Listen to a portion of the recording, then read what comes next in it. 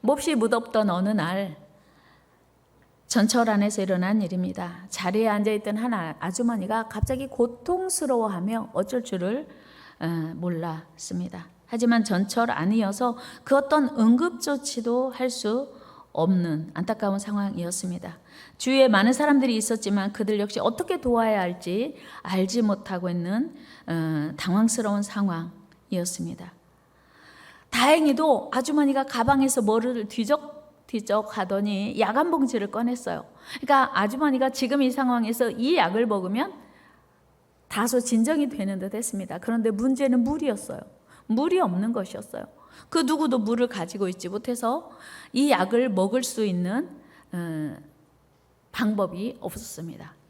그렇게 시간이 흘러서 전철은 어떤 역에 도착했습니다. 그때 갑자기 20대 여성이 일어나더니 꽁지에 불이 붙은 토끼처럼 정신없이 불이 나게 뛰어나가더니 음료수 하나를 들고 오는 것이었어요. 아주머니, 이 음료수로 그 약 드세요. 그리고는 자기가 내려야 할 역이었던 것을 사람들이 깨달아 알 수 있도록 바로 다시 나갔습니다.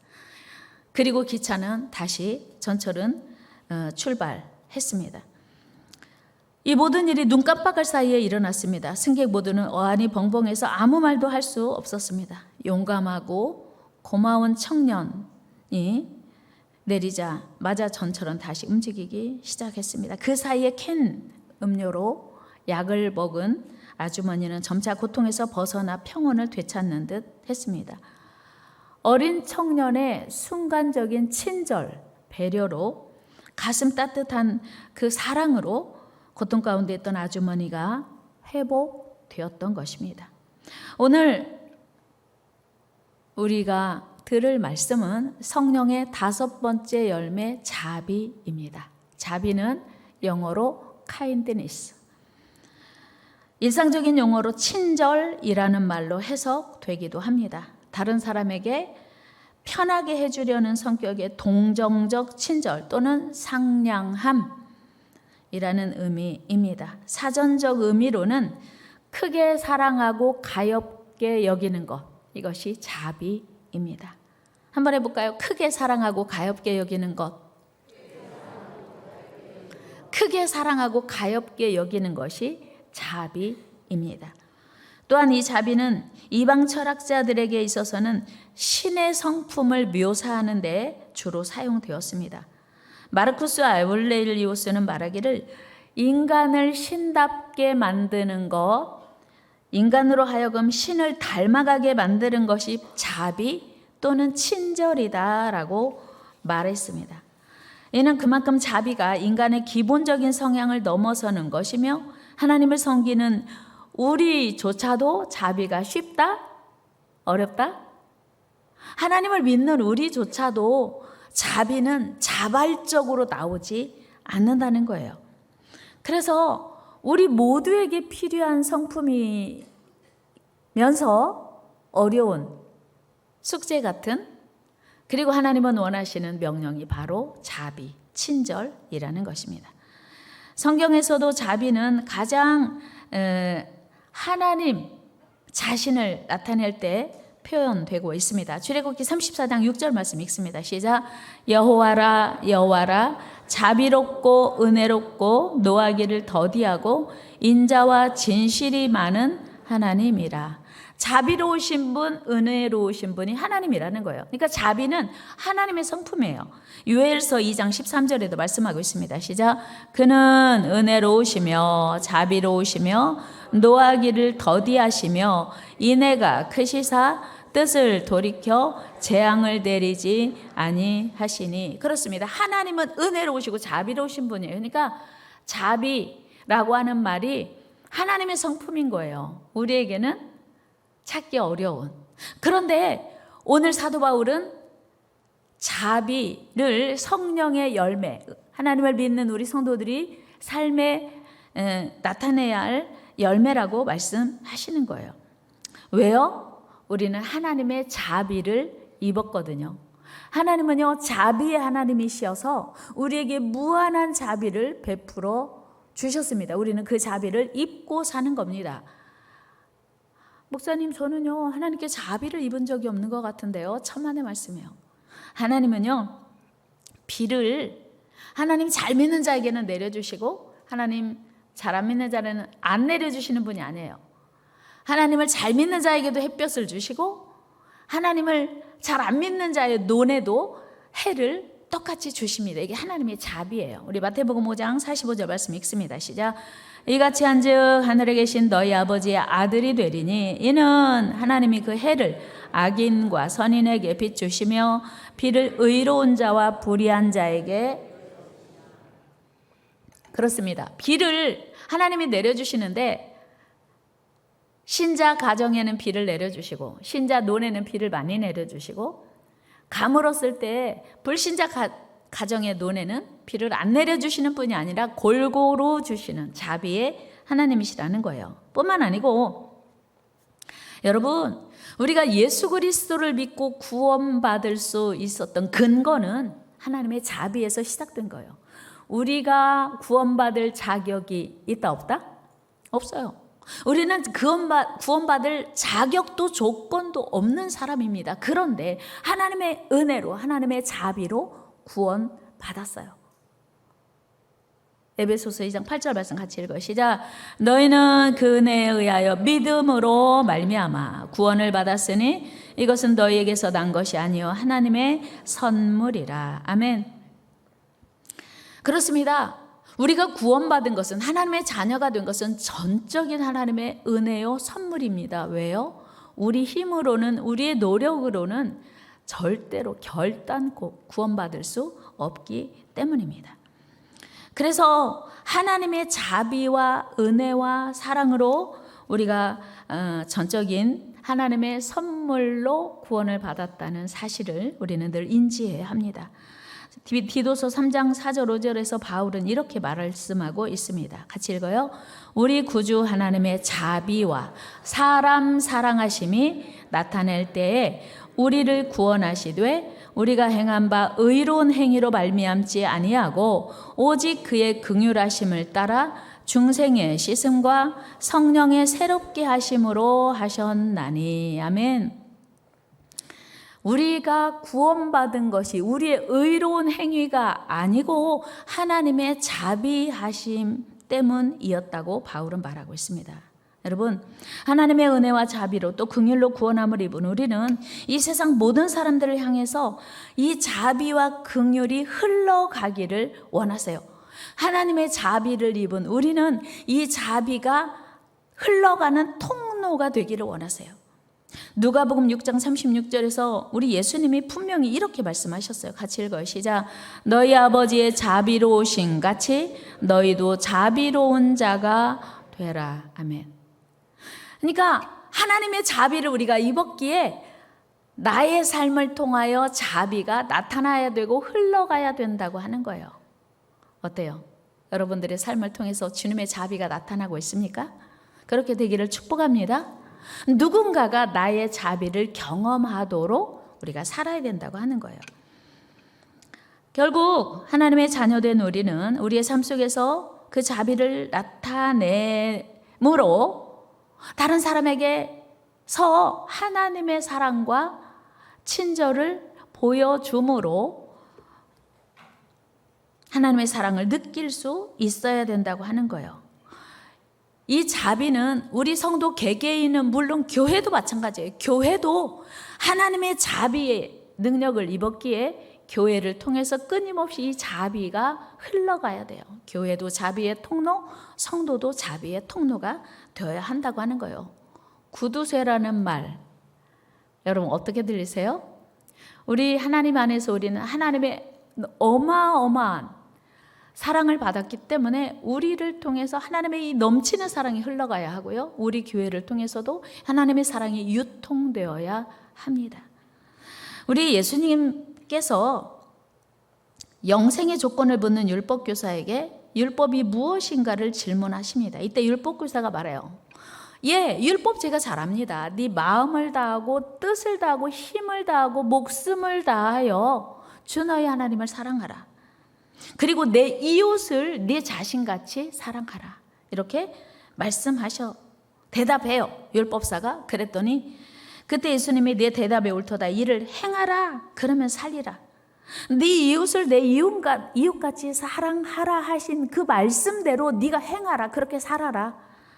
그렇게 말씀하세요. 그때 율법교사가 그러면 내 이웃이 누굽니까? 내 이웃이 누군 줄 알아야 주님의 사랑을 나누고 전할 거 아닙니까? 그때 예수님이 선한 사마리아 사람의 비유를 말씀하십니다. 어떤 사람이 여리고로 내려가다가 강도를 만났어. 강도는 그를 때리고 가진 것을 다 빼앗고 거반 죽은 것을 버리고 갔어. 그런데 마침 그 길을 지나간 제사장이 그를 보았는데 피하여 지나갔어. 그리고 레위인도 그 길로 지나가다가 강도 만나 죽어가는 사람을 보고 피하여 갔어. 여러분, 제사장이 누구예요? 누가 봐도 하나님을 가장 잘 믿는 사람, 누가 봐도 율법을 가장 잘하는 사람, 율법을 가르치는 사람이에요. 여러분, 레위인이 누구예요? 율법을 가장 잘 알고 행하는 사람이에요. 율법을 삶에 적용해야 하는 사람이에요. 그런데 이 두 사람은 강도 만나 죽어가는 사람을 보고 피하여 지나갔다. 나름대로 물론 사정이 있었겠지요. 이유가 있었겠지요. 우리가 자비를 행하지 못하는 데는 분명히 이유가 있습니다. 어떤 이유? 저 지금 바빠요. 저 지금 가진 게 없어요. 제가 죽어가는 사람을 어떻게 살려요? 율법이에요. 저 사람이 지금 죽었는지 살았는지 지금 확인할 수 없어요. 만약에 다가갔는데 만졌는데 죽었다면요, 제사장은 제사장의 직무를 감당할 수 없어요. 왜요? 죽은 시체를 만지는 것은 율법에서 금하고 있거든요. 부정한 것이라고 해서. 그러니까 만약에 지금 강도 만나 죽어가고 있는 이 사람이 죽었는지 살았는지 잘 모르지만 만약에 죽었다면 만지는 것도 율법이 금하고 있는 거예요. 그러니까 제사장은 율법을 너무 잘 알고 있으니까 아예 피하는 거예요. 가까이 가서 그 사람이 만약에 만졌는데 죽었다면 율법을 어기는 거니까. 레위인도 마찬가지였어요. 그리고 지금 제사 지내러 가야 되는 길이 바쁘거든요. 여러분, 그런데 얼마 후에 그 똑같은 길을 사마리아 사람이 지나가게 됩니다. 그는 물어볼 것도 없고 따질 것도 없고 계산할 것도 없고 그에게 다가가서 흔들어서 그 사람을 깨웁니다. 그리고 자초지종을 듣고 피를 흘리는 상처에 포도주를 부어서 치료하고 싸매주고 자기 나귀에 태워서 주막으로 데리고 옵니다. 그리고 그를 이제 그 주막에 부탁하며 자기 갈 길을 가야 되는데 이 사람이 체류비를 지불하고 갑니다. 그리고 끝까지 이 사람이 혼자 거동할 수 있을 때까지 잘 돌보아 주라고 부탁하며 혹시 내가 맡긴 이 돈보다 치료비가 더 들면 체류비가 더 들면 돌아오는 길에 제가 부담하겠습니다 라고 말하고 갔습니다. 우리 누가복음 10장 33절 34절 읽어요. 시작. 어떤 사마리아 사람은 그를 보고 불쌍히 여겨 가까이 가서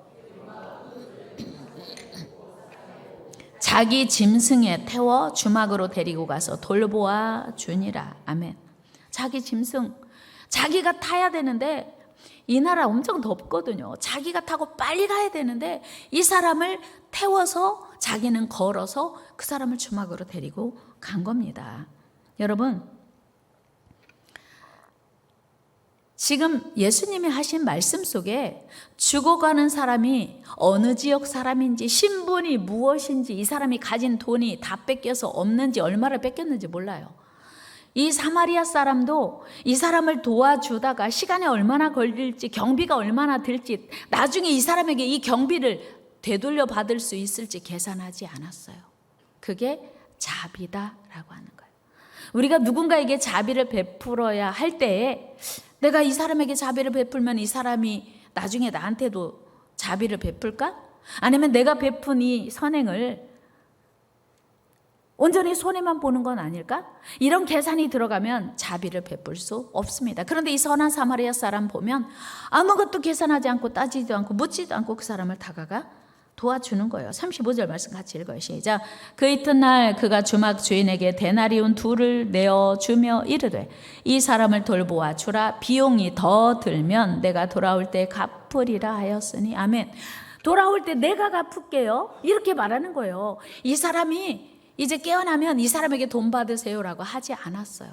제가 갚겠습니다. 잘 돌보아주고 살려주세요라고 부탁하는 거예요. 이게 자비라고 하는 거예요.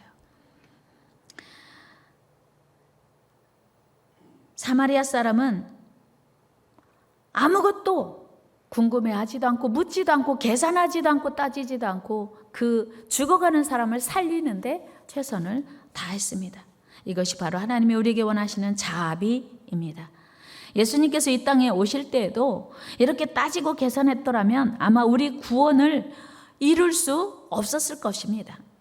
예수님은 아무런 계산도 없이 우리를 살리시기 위해 이 땅에 사랑으로 오셨습니다.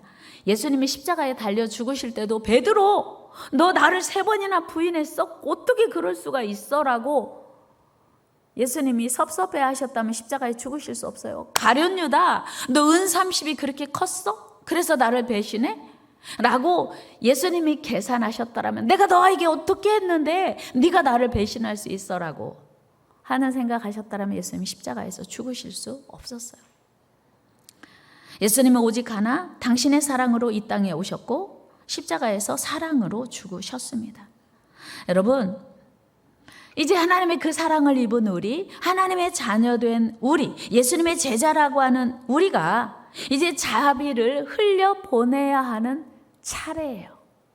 옆 사람에게 인사해요. 이제 우리 차례입니다. 이제 우리 차례입니다. 그럼에도 불구하고 우리가 좀 더 적극적으로 자비를 베풀지 못하는 이유가 무엇입니까? 우리가 자비의 삶을 살지 못하는 이유가 무엇입니까? 우리는 보통 가진 것이 없어서, 능력이 없어서, 시간이 없어서, 여유가 없어서 나누고 베풀지 못한다고 생각합니다. 그러나 이것은 맞는 말이 아닙니다. 우리 예수님의 십자가를 생각해 보면 우리에게 시간이 없고 재정 능력이 없어서가 아니고 사랑이 부족해서임을 알게 돼요.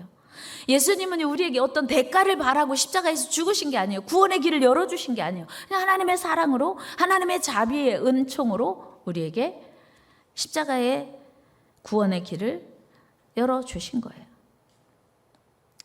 우리는 십자가의 사랑을 조건 없이 받았습니다. 지금도 햇빛과 비를 아무 조건 없이 무제한으로 받고 있습니다. 지금도 십자가의 크신 그 은혜를 누리고 있습니다. 그럼에도 불구하고 우리가 주님의 자비의 삶을 살지 못하는 것은 시간이 없어서가 아니고 가진 것이 없어서가 아니고 하나님의 명령에 불순종해도 별 문제 없다고 생각하기 때문이에요. 하나님의 명령에 불순종해도 죄라는 생각을 인식하지 못하고 있기 때문이에요. 그리고 하나님께 받은 것이 별로 없다고 생각하기 때문이에요.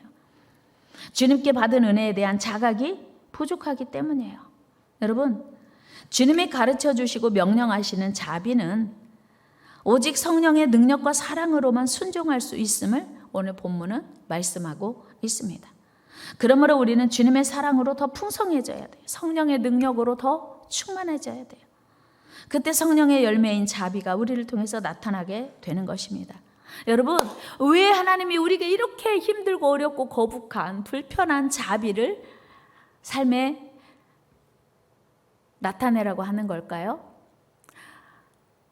이스라엘 나라에 2개의 강이 있습니다. 여러분 아시죠? 하나는 갈릴리 바다, 그리고 또 하나는 사해 바다예요.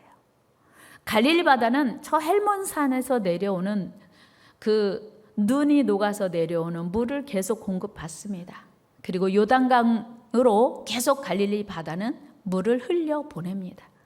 그러니까 갈릴리 바다는 물을 가두어 두지 않기 때문에 온갖 어종이, 풍족한 어종이 살고 있습니다. 그런데 갈릴리 바다에서 내려가는 물을 요단강 물줄기를 통해서 받기만 하는 사해는 받기만 하고 아무데도 흘려보내지 않아요. 그래서 거기는 고기 한 마리도 살 수 없는 죽은 바다가 되었습니다. 하나님께로부터 받은 은혜를 누군가에게 흘려보내지 않으면 우리는 죽음받아 썩은 물이 되고 고인물이 되어서 썩은 생명이 살 수 없는 죽음의 바다가 되는 거예요. 하나님은 우리의 삶이 죽음의 바다, 고인물, 썩은 물이 되지 않기 위해서 계속해서 자비를 흘려보내라고 하는 거예요. 하나님의 사랑이 느껴지십니까? 그런데 우리는 자꾸 가두어 두려고 하는 거예요. 옆 사람에게 우리 인사, 우리 가두어 두지 말고 흘려보냅시다. 그래요. 가두어 두지 말고 흘려보내야 돼요. 그런데 하나님께서 우리로 하여금 흘려보낼 사명을 주셨는데 우리는 나를 위하여서는 시간도 마음대로 쓰고, 나를 위하여서는 물질도 제한 없이 쓰고, 나를 위하여서는 못할 게 없어요. 그런데 유독 하나님의 명령을 순행하는 일은, 하나님의 명령을 순종하는 일은 거절하고 조절하고 그리고 가두고 불순종하고 있다는 사실이죠. 여러분, 하나님이 우리에게 베푸신 은혜, 그리고 앞으로 베풀어 주실 은혜를 더 많이 넘치게 하시려고 우리에게 자비의 삶을 살라고 말씀하시는 것을 기억하시기를 바랍니다. 여러분, 우리 하나님은요, 오늘도 자비의 삶을 사는 사람을 찾고 계세요. 하나님은요, 진정한 예배자를 찾고 계셔요. 하나님의 영이시니 영과 진리로 예배하는 자를 찾고 계신 거 다 알고 계시잖아요. 그런데 진짜 예배자는 누구냐면 말씀을 듣기만 하고 내 안에 가두어두는 사람이 진정한 예배자가 아니고, 진정한 예배자는 말씀을 듣고 삶에 실천하는 사람이 진정한 예배자예요. 같이 해요. 진정한 예배자란 말씀을 듣고 실천하는 자다. 그럼요. 아무리 많은 말씀을 듣고 알아도 실천하지 않으면 그 사람은 예배자가 아닙니다. 제사장처럼 레위인처럼 아는 것은 많은데 모르는 건 없는데 삶에 전혀 실천하지 않는 그 사람은 하나님의 자비를 가두는 사람이에요. 그런데 예수님이 뭐라고 말씀하세요? 37절 같이 읽어봐요. 누가복음 10장 37절 시작. 이르되 자비를 베푼 자니이다. 예수께서 이르시되 가서 너도 이와 같이 하라. 너도 자비를 베풀어라. 예수님의 명령이에요. 이 자리에 계신 저와 여러분들은 하나님 뜻에 순종하는 하나님의 자녀입니다. 그리고 하나님이 찾으시는 그 한 사람 되기를 주의 이름으로 축복합니다. 여러분, 하나님은 오늘도 이런 자비를 행하는 사람을 기뻐하세요. 왜요? 더 많은 자비를 베풀 수 있도록, 나눌 수 있도록 부어주시려고요. 하나님은 우리 걸 가져가시기만 하는 분이 아니라 부어주시는 분임을 기억하시기를 바랍니다. 이번 일본 나가사키 순교지 탐방 역시 전적으로 하나님의 사랑과 자비에서 시작된 사역입니다. 역사적으로 나가사키는 여러분 잘 아시는 것처럼 히로시마와 함께 원자폭탄이 투하된 곳이에요. 얼마나 많은 상처, 얼마나 많은 고통이 있는 곳이었습니까? 그러나 기독교가 가장 일찍 전파되었고 가장 많이 번성했고, 그래서 동시에 박해와 순교 사건이 극에 달한 곳이기도 합니다. 그러나 일찍이 일본은 종교 방송을 금지할 만큼, 종교 방송을 할 수 없도록 금지하는 걸 법제화할 만큼 종교의 확산을, 기독교의 확산을 경계했습니다. 따라서 지금도 일본 내에서는 기독교를 자유롭게 말할 수 없어요. 유일한 기독교를 드러내놓고 말할 수는 없지만 유일한 기독교를 전할 수 있는 코드가 순교지입니다. 나가사키에 묻혀져 있는 순교의 귀중한 자산과 가치를 그들에게 깨닫게 해주는 거예요. 여러분, 나가사키에는요, 하나님의 은혜가 있는 도시예요. 하나님의 사랑이 있는 도시예요. 왜요? 순교자가 수십만 수백만 죽었기 때문이요. 이번에 가보니까 제가 지난주에 말씀드렸죠. 몸무덤 따로 머리 무덤 따로 있다고. 그러니까 예수를 믿을 거냐 안 믿을 거냐, 예수님의 그 얼굴을 바닥에 놓고 예수를 믿을 거면 예수님의 얼굴을 밟고 지나가. 그런데 망설이면 바로 처형이에요. 예수를 믿지 않겠다고 예수님을 밟고 지나가라고 했을 때 사실 예수를 믿는 사람이라면 예수님의 얼굴을 밟고 지나가는 게 쉽다 어렵다? 못 받아요. 망설이죠. 당연히 주저하죠. 만약에 안 밟으면 죽는 거고 밟으면 사는 건데 주저하고 망설이면요, 당장 너는 기독교인이야 라고 처형장으로 끌려가는 거예요. 그런데 왜 사람을 처형을 한 이후에 몸 따로 머리 따로를 묻었는지 들어보니, 예수 믿는 사람들은 부활한다는 얘기를 어디서 듣고는 몸과 머리를 같이 묻었다가는 부활의 날에 같이 부활할 수 있잖아요. 그러니까 몸 따로 머리 따로를 바로 또 묻은 것도 아니고, 몸 따로 머리 따로 처형당한 사람을 분리해서 거리에 전시를 한대요. 몸 따로 머리 따로. 왜요? 니네 기독교 믿으면 이렇게 돼 라고 하는 거죠. 그래서 몸 따로 머리 따로를 한 달 이상 진열한 다음에 따로따로 묻었는데, 그것도 못 믿고 두려워서 다 꺼내가지고 바다에 던져버렸대요. 부활하지 못하도록. 그것이 여러분들에게 부끄러운 일이 아니고 자랑스러운 일입니다. 그리고 예수를 믿는다고 하는 것이 인정이 되면, 확인을 받으면 부모가 보는 앞에서 펄펄 끓는 온천에 조그마한 애기들 던져버리는 거예요. 과연 거기서 어떻게 예수를 믿겠어요? 근데 단 한 사람도 예수를 부인하고 산 사람이 없이 다 순교당했다고 하는 거예요. 그러니까 그 나가사키 땅에 수백 년 전에 이렇게 아름다운 신앙의 유산이 있어 라고 하는 걸 계속 그들에게 일깨워주면서, 이거는 부끄러운 일이 아니고 자랑스러운 일이야. 그리고 그 믿음의 유산이 대를 이어서 계속 계승되고 있음을 그들에게 일깨워주는 일을 하고 있는 거예요. 그리고 한국인들이 단체 방문을 통해서 도시의 재정 자립도가 올라가는 거예요. 호텔을 이용하고 음식점을 이용하고, 그리고 거기에서 그 토산물들을 이용하면서 재정 자립도가 올라가면서 기독교에 대한 경계심을 이제 차차 무장을 해제하고 경계심을 약화할 것이라고 하는 그런 목표를 가지고 수년간 가랑비에 옷 젖듯이 올해로 벌써 18배 동안 그 나가사키를 섬기고 있다고 하는 거예요. 아무 조건 없어요. 2005년부터 시작된 나가사키 순교지 순례 프로그램은 그동안 많은 열매를 거두기도 했습니다. 2010년에는 일본 내 주요 세계 교단의 지도자와 일본인 400명, 한국인 400명이 그 일본 복음화를 위한 대성회를 개최했고요. 쓰나미가 몰려와서 초토화되었을 때는 6천만 엔을 보내서 그들을 지원했고요.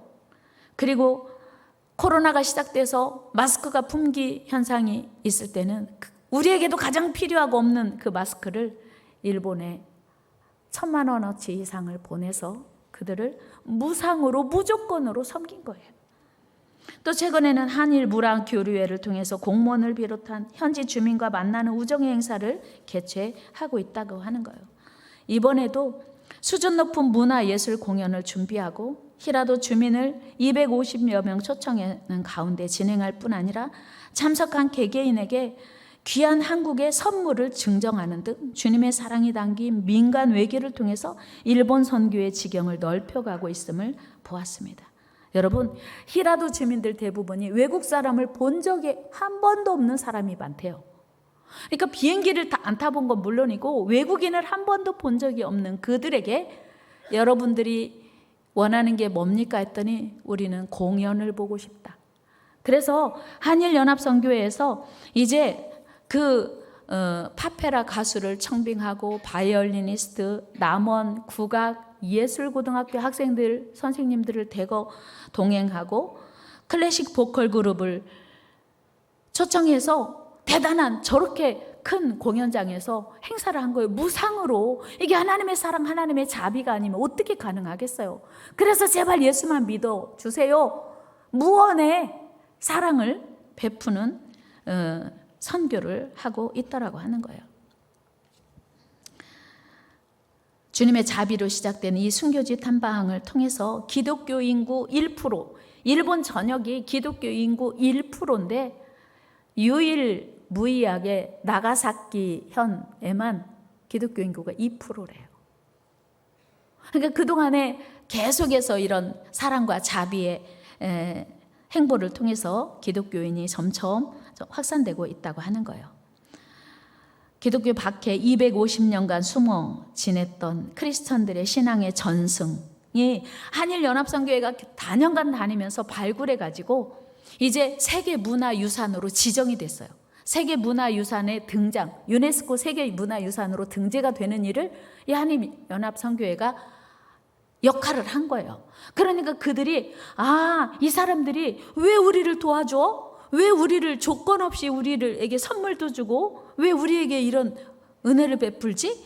라고 했는데 이제 그 나가사키 자체가 세계문화유산에 등재가 되면서 이 사람들의 역할이 대단히 컸구나 하고 이제 무장을 해제하고 이 사람들의 이 선한 발걸음이 우리에게 도움이 되는구나 하는 걸 이 사람들이 이제 깨달은 거예요. 우리에게 어떤 유익을 취하려고 이 사람들이 이렇게 사랑을 베푸나 했는데 아무 조건 없이 그들을 섬기는 것을 이제 그들이 깨닫게 된 거예요. 느끼게 된 거예요. 더 놀라운 것은 일본은요, 부러우면 따라한대요.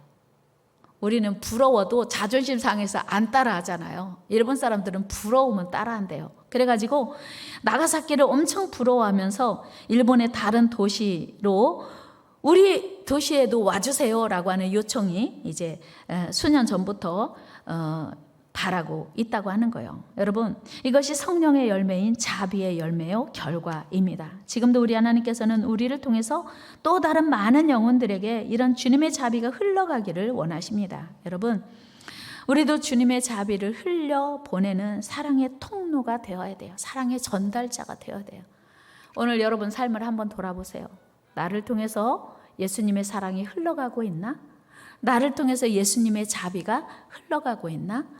여러분, 오늘 이 시간 이후로 여러분들의 무장을 좀 해제하시고 여러분들에게 부어주신 하나님의 자비가 더 많은 사람들에게 흘러갈 수 있도록 복된 통로가 되기를 주의 이름으로 축복합니다. 우리가 자비 그러면 물질적인 것만 생각해요. 아니에요. 따뜻한 말 한마디, 관심, 이게 자비의 시작이에요. 돈 없어도 할 수 있어요. 내가 가지고 있는 것 중에 일부를, 내가 가지고 있는 거 다 나누라는 게 아니라 지극히 작은 것 일부를 다른 사람과 나누고 사랑과 관심과 시간을 나누고 물질을 나누는 것이 자비라고 하는 것입니다. 여러분, 지금 우크라이나에 전쟁이 지금 1년 반 동안 계속되고 있지 않습니까? 한국의 그 많은 그 선교 센터들이 가서 밥포 사역을 하고 있는 거예요. 전쟁으로 폐허가 된 그곳에 가서 교육 사역을 하고 있는 거예요. 치료 사역을 하고 있는 거예요. 무조건이에요. 왜요? 주님이 자비를 나타나라고 했으니까. 선교사님들이 아프리카 오지에 가서 무조건적으로 사랑을 베풀고 그들을 교육하고 치료해주고 그래서 그들에게 하나님을 알게 하는 이유가 하나님의 사랑의 전달자가 되라는 사명을 받고 지금 그 일을 수행하고 있는 것입니다. 사랑하는 여러분, 저와 여러분들은 하나님의 사랑을 입었습니다. 인정하십니까? 하나님의 은혜를 입었습니다. 이제 우리가 이 사랑을 나누고 흘려보내야 할 차례입니다. 하나님의 사랑, 하나님의 은혜를 입은 만큼 이 사랑을 나누고 흘려보내는 자비를 베푸는 사랑의 전달자가 되는 저와 여러분 되기를 주의 이름으로 축복합니다. 기도하겠습니다. 하나님 감사합니다. 성령의 다섯 번째 열매 자비. 우리는 너무나 어렵고 힘들게 생각하고 쉽게 순종하지 못할 때가 너무나 많았습니다. 그러나 하나님이 우리에게 자비를 베풀지 않으셨더라면 우리가 어떻게 구원받을 수 있었으며 오늘 어떻게 이 자리에 앉아서 예배드릴 수 있겠습니까? 주님에게 받은 그 자비를 다른 사람에게 전달하라고 하는 이 말씀이 우리 마음속에 오늘 믿어지게 하시고 그렇게 살게 도와주옵소서. 자비의 사람이 되게 하여 주옵소서. 자비의 통로가 되게 하여 주시옵소서. 자비의 나타남을 통해서 많은 영혼들이 구원되도록 도와주옵소서. 예수님의 이름으로 기도드리옵나이다. 아멘. 우리 오늘 이 하루도 찬양하면서 준비하신 예물 하나님께 올려드리겠습니다.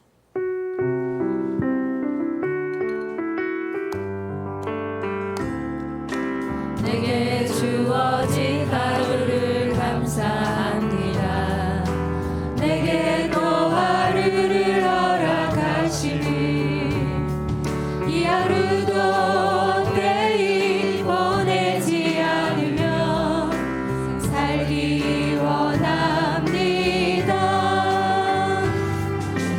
뛰어든 총 바를 만한